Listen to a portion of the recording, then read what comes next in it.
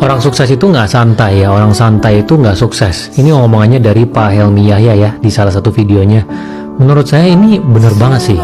Karena memang orang-orang yang mentok di bidangnya, itu tuh rata-rata memang nggak nyantai. Entah kita ngomongin orang yang berkarir, ya sampai jadi direktur, atau orang yang berbisnis sampai bisnisnya jadi gede, atau konten kreator yang sampai followernya ratusan juta. Itu rata-rata kalau kita lihat kesehariannya, itu bener-bener nggak nyantai. Ya mungkin kamu di sini belum pernah kenal dengan orang yang seperti itu ya, benar-benar top di bidangnya. Tapi kalau kita bedah ya, orang-orang yang di top di bidangnya, itu memang mereka rata-rata sangat-sangat tidak santai. Setiap hari itu adalah kerja, kerja, dan kerja, dan sangat-sangat fokus. Ya misalnya kalau kita lihat contoh di global, ada Elon Musk. Elon Musk ini mendirikan banyak perusahaan yang sampai global ya. Tesla, SpaceX, Neuralink, Starlink, itu banyak banget. Kita bisa list down benar-benar banyak perusahaan yang sangat sukses. Itu dia punya etos kerja gila-gilaan.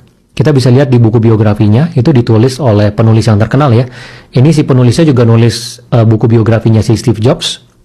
Jadi stylenya dia itu kalau dia nulis buku biografi, biasanya dia tuh interview dulu orang-orang yang dikenal dari si yang ditulis ini.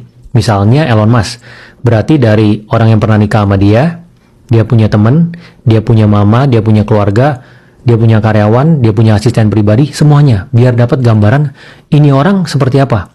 Memang kalau kita lihat, dia orangnya gila-gilaan. Ya misalnya di tahun 2008 itu Teslanya kan hampir bangkrut. Itu kalau ada problem di pabrik, dia bisa tidur di pabrik. Sampai problemnya kelar, tidurnya cuma 2 jam, 3 jam, terus dia kerja lagi. Mejanya di tengah pabrik. Modelnya kayak begitu. Kita mungkin yang baca buku biografinya ngerasa, oh ini mungkin cuma Elon Musk doang gitu. Tapi enggak, konglomerat di seluruh dunia saya yakin. Orang-orang yang mentok di bidangnya, itu memang seperti itu, nggak nyantai.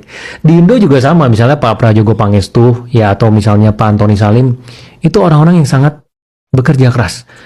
Pergi ke kantor mungkin dari pagi jam 7, pulangnya itu bisa subuh.